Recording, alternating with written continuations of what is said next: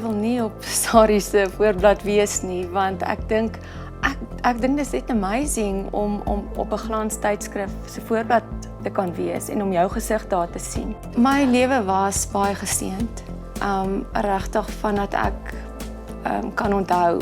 So ek het regtig 'n baie goeie kinderdae gehad in skool. Ek is baie geseënd. Ek is baie gelukkig. Ek het so jaar terug is ek gediagnoseer met lupus.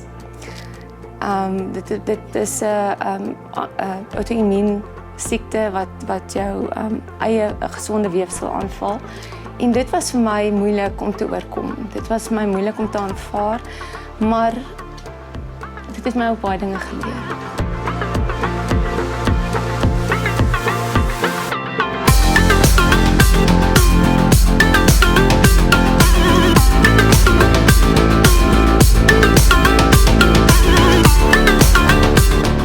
Geen vrese vir die toekoms nie.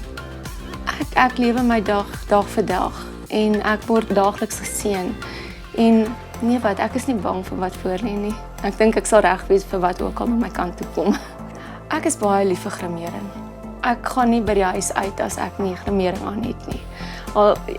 So dit is maar net in my. Ek sal nooit na 'n winkel toe gaan as ek nie my grimering aan het nie. Ek bewonder of ek hou baie van Nadia Bekes. Ek dink sy inspireer my. Ek weet sy het ook baie dinge in haar lewe deurgemaak en wat sy wel oorkom het en dat sy wel nou geluk gevind het en dis vir my wonderlik.